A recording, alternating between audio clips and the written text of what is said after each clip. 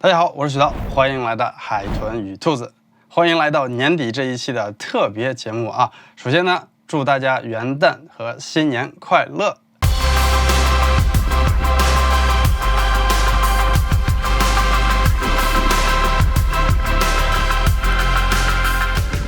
这一期视频啊，咱们不搞特效啊，不搞逼肉什么乱七八糟的，我跟大家分享一下，因为我的网站上线了。大家来看啊，我的网站呢就是 dolphinandbunny.com。前2个月啊，我花了很多的时间把这个网站啊一点一点的做起来。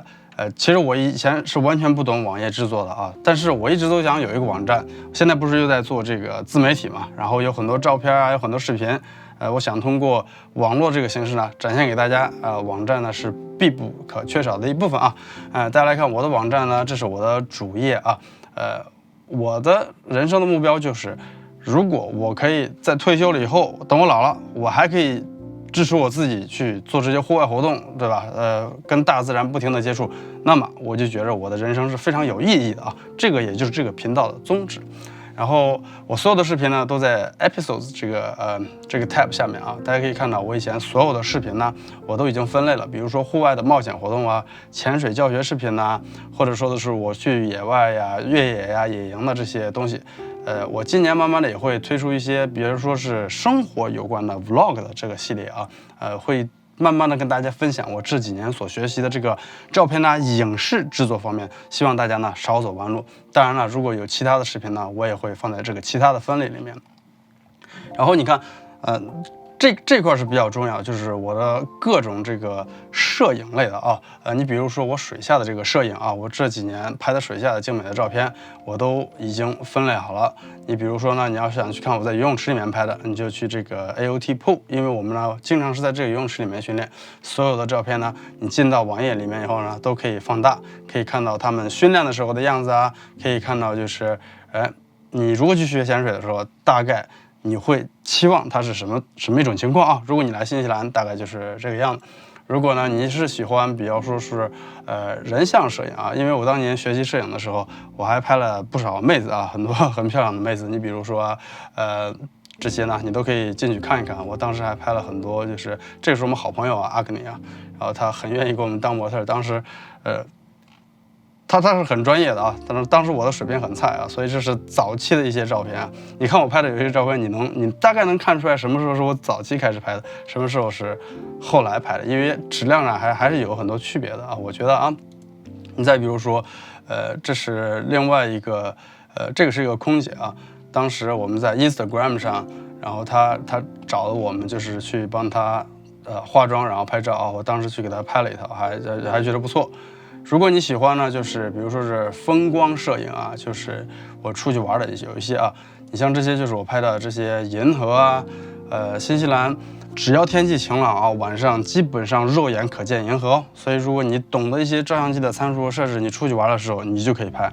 你比如说这个就是我们当时去野营的时候，大家都睡了，我把相机拿出来对着天空拍，你就可以记录下来这个非常非常美的这个对吧？这个瞬间。然后这是我们当时去这个一个灯塔啊，晚上的时候进去拍的。然后这个是我们晚上潜完水啊，上了岸以后我去拍的。你潜水的时候躺在水面上夜潜啊，你可以看到星星和银河啊，哇，那个不要太美。所以大家喜欢照片的呢，你们可以看到我这个摄影作品这一栏啊，我已经分得非常非常细了，里面有几百张照片啊。我的目标以后是通过这个网站做一些就是有关教学，比如说摄影摄像类的东西，有一些这个素材呢，可以让你们免费下载啊。这样子我去做的时候，你们可以跟着一起练习。所以这个功能我会慢慢加进去。以后我可能还会加一些商品，就是我比如说做的东西比较好的，我觉得大家购买了以后可以受益的啊。这个是我明年的目标啊，我希望用1年的时间慢慢把这个网站完善啊，同时就是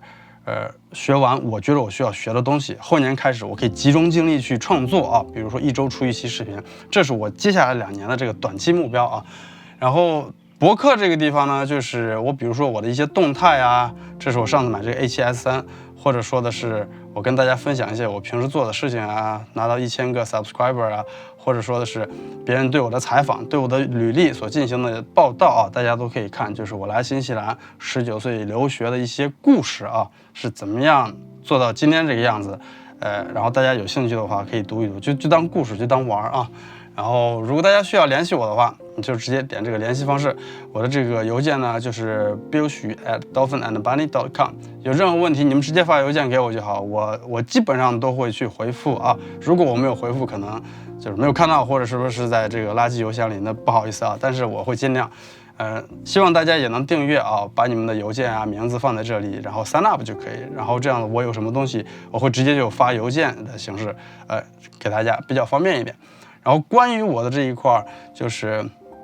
我来新西兰的一些，就是从小到大这个学习啊、生活的一些经历。当时发现新西兰公众号这个节目啊，对我进行了一次这个专访啊，所以我把这个链接就放在这里，这篇文章这个地方，只要大家点进去呢。他的这篇文章呢就会开，然后呢，当时他们写的是华人小哥玩的太野，蛮好玩的。当时这个阅读量还挺高的，将近2万多，快3万好像。大家可以看看我怎么玩的，就是怎么考的注册会计师啊，后来又去学潜水啊，各种各样的户外活动，攀岩呐、徒步啊、爬雪山呐、拍星空啊，乱七八糟的，就是对我的这个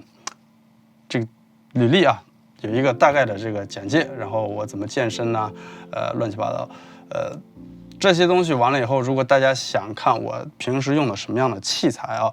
你们可以看这里，就是说点这个器材这个 here 这个地方，我所有的器材在另外一个网站上叫 kit.co/billxu 这里全部都详细的有列举啊，我所有的装备，比如说是我户外的，水肺潜水、自由潜水。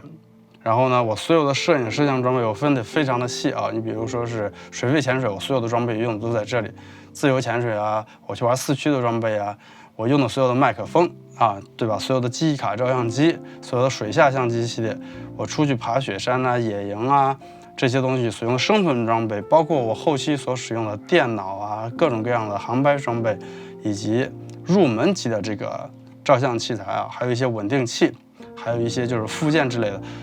我所有的东西都在这个网站上列举的有啊，所以大家如果觉着有需要，想知道我用的什么东西，你们不用问我，直接来看就可以，里面很详细啊。所以，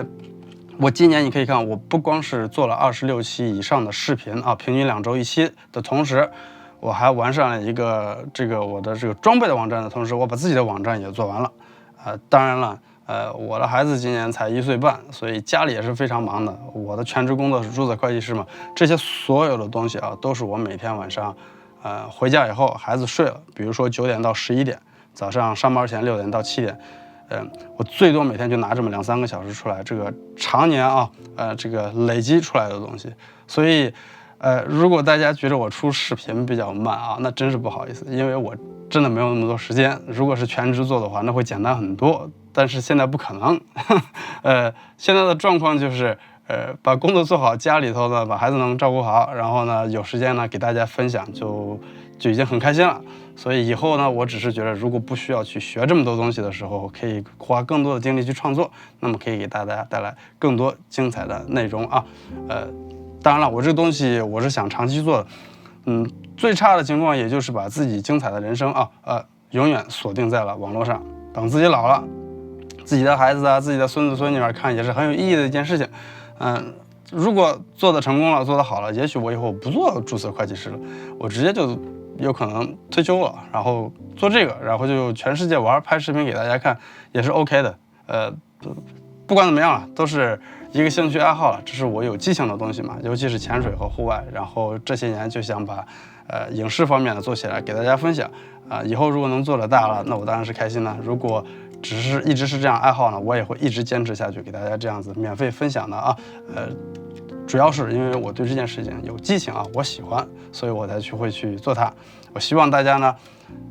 也能坚持做自己喜欢的事情。还有一点想跟大家分享的就是呢，我的 YouTube 网站呢，前一阵儿这个平台呢给我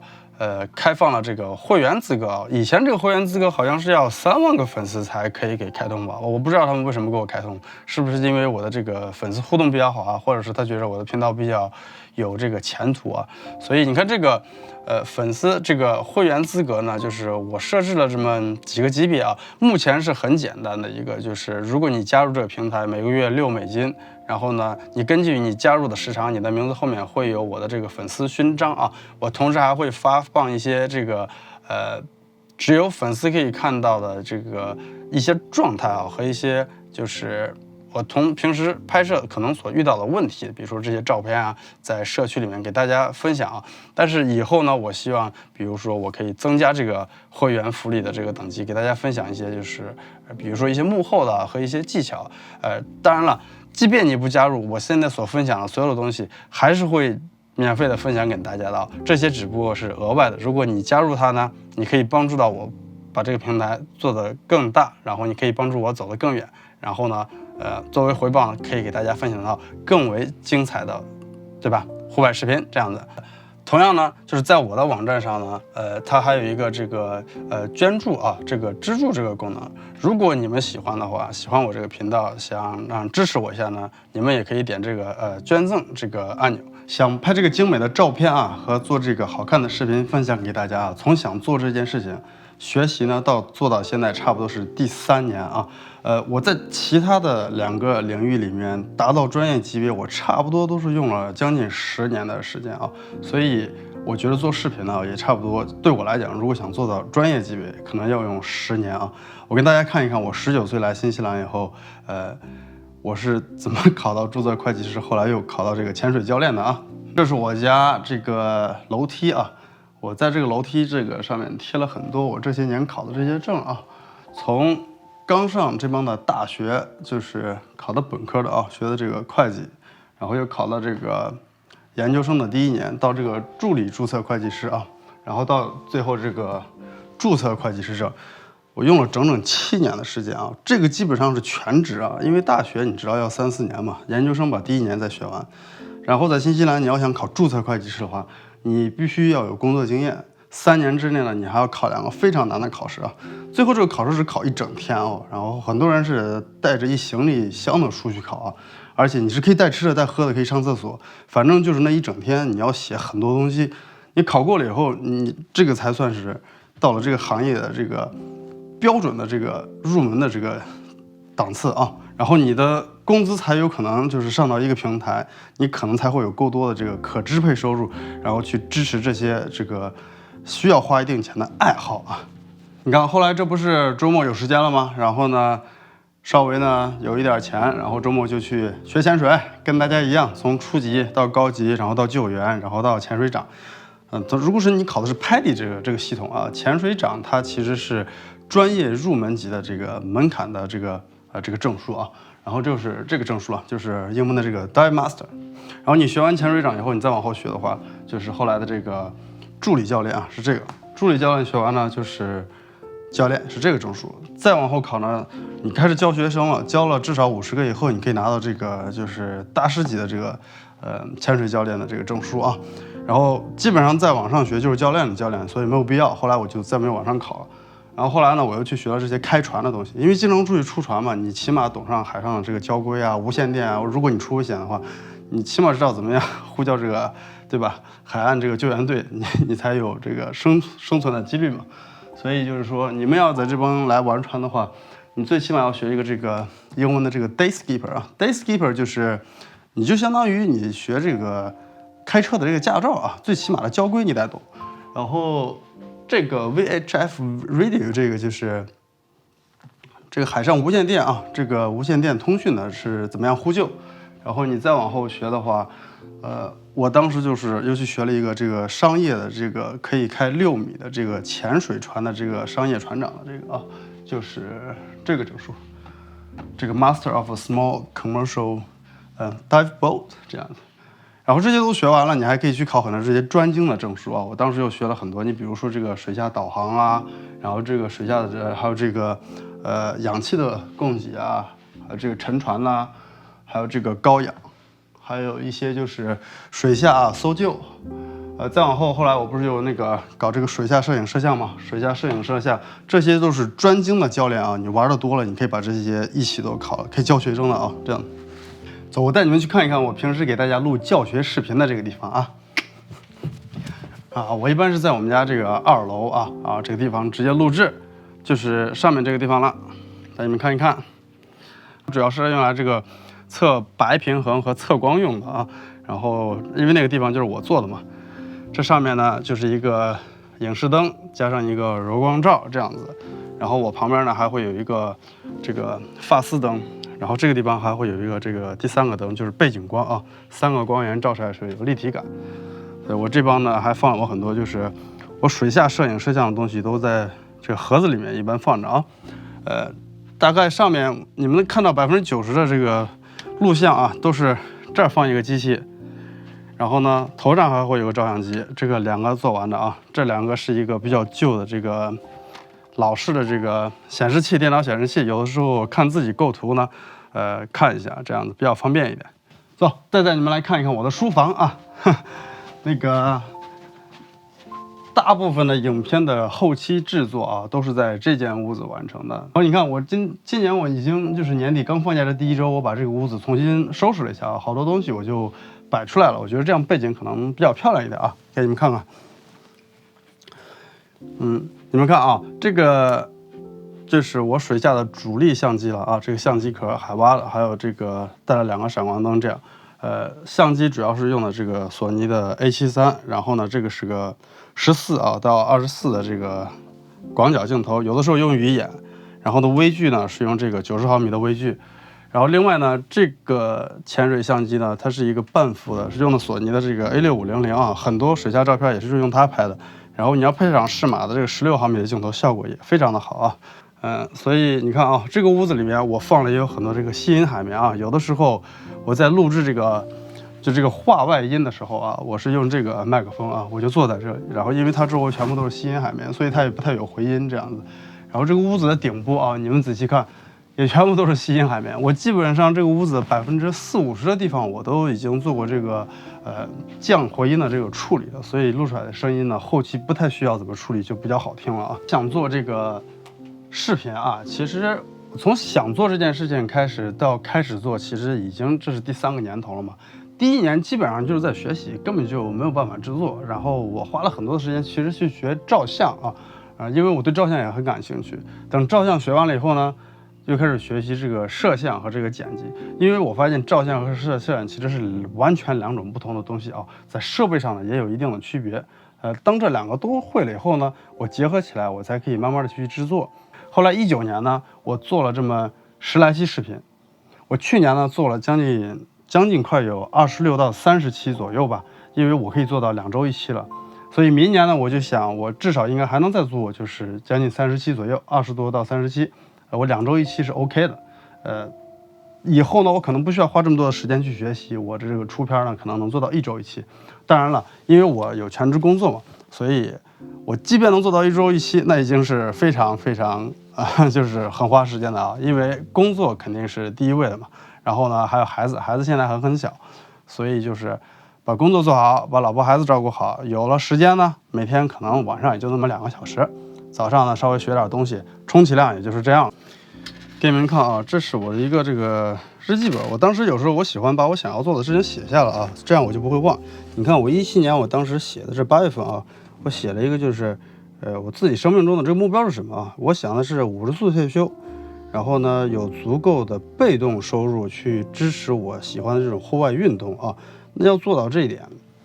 我如果只是做注册会计师，那肯定就是手停嘴停嘛，那肯定是不可持续的。所以我也想做一些就是可以创作被动收入的，我可以早退休，我可以去继续做我这些喜欢的事情啊。我当时在想，我如果做这个东西的话，我需要什么东西？你看啊，我需要设计一个商标，我需要有自己的频道。然后呢，做频道的时候呢，我可能要做哔哩哔哩呀，比如说是微信的公众号啊。当然了，后来有一些我就发现不现实啊，所以我就后来主要做了一些YouTube、哔哩哔哩，还有就是西瓜视频之类的。然后呢，还有自己的网站，我的网站现在不是上线了吗 ？YouTube 有做 ，Instagram、Facebook 我都有。然后做这个照片这方面呢，那我肯定要懂 Photoshop， 要懂这个 Lightroom， 对吧？然后呢，手机呢就 Snapseed。然后 video 呢，我要 GoPro 有 DJI 的 drone， 然后呢还要有就是Adobe 的这个对吧 PR 啊 Premiere Pro 啊这些，反过来看呢，这几年的这些东西我全部都学完了。当然了，这也不是很容易的。我跟大家看一看我的笔记啊。你看啊，这2个就是我写的笔记啊，这只是一部分，我还有很多是电子版的，我存在网上的啊，那个是我随时可以看的。这些东西我写完了以后，我早上上班的时候，我一般不太愿意开车啊，一个开车堵停车贵，二一个开车的时候可浪费时间。我一般都是把车停在停车场，我直接坐公车。我在公车上我可以看很多这些东西啊。我这几年我在公车上真的学了不少东西。我如果在公车上学东西，我又不觉得浪费时间。当然了，这不一定每个人都可以啊，因为有的人在公车上读不了东西。我是把我的眼睛训练了，可以在公车上读东西没有问题啊。你看啊，我当时在学的时候，我就想，如果要学照片的话，你比如说这个是 Lightroom 对吧？我每一个东西就是第一页就是它全部的这个 shortcut 快捷键啊，全部都是背过，然后后面呢就是每一种，你要怎么样去修照片，要怎么做，就是密密麻麻写的很多。Lightroom 学完就这么多 ，Lightroom 其实蛮好学的。然后后来呢就是 Photoshop 也是一样的，这个是学怎么磨皮的啊，高低颜。然后呢，所有的快捷键一样的2、3页把它全部都背过，因为这是可以提高效率的嘛。然后 Photoshop， 然后这些所有的东西怎么修怎么用，然后这些都学完了，后来我就去学的这个，就是怎么样去制作影视方面的啊。你比如说是这个Premiere Pro 的这些东西，怎么样做这个快速的 speed ramp 啊，就是说加速减速啊。你比如说乱七八糟 B 肉啊，怎么切啊，写很多笔记啊，一样的，这些也都是快捷键。这是我自己的学习方法啊。然后你们一定要找到你们自己的学习方法。我的学习方法就是看一遍，写一遍，然后再做2、3遍，然后这个笔记我会看2、3遍我才记得住，而且长时间不看的话，我还会忘。过上几个月甚至半年、1年，我可能记住的只有10%了。但是这个东西你给我2个小时，我全部能翻一遍，我全部就记起来了。你如果去再看所有那些书啊和这些网上的视频呢，你可能没有那么多时间哦。所以说这是我的学习方法，适合我的啊。你们如果找到适合你们的学习方法，也可以事半功倍。尤其是就是人的记忆力是不会那么好的吧，然后你找到你的方法以后，你就可以记住它。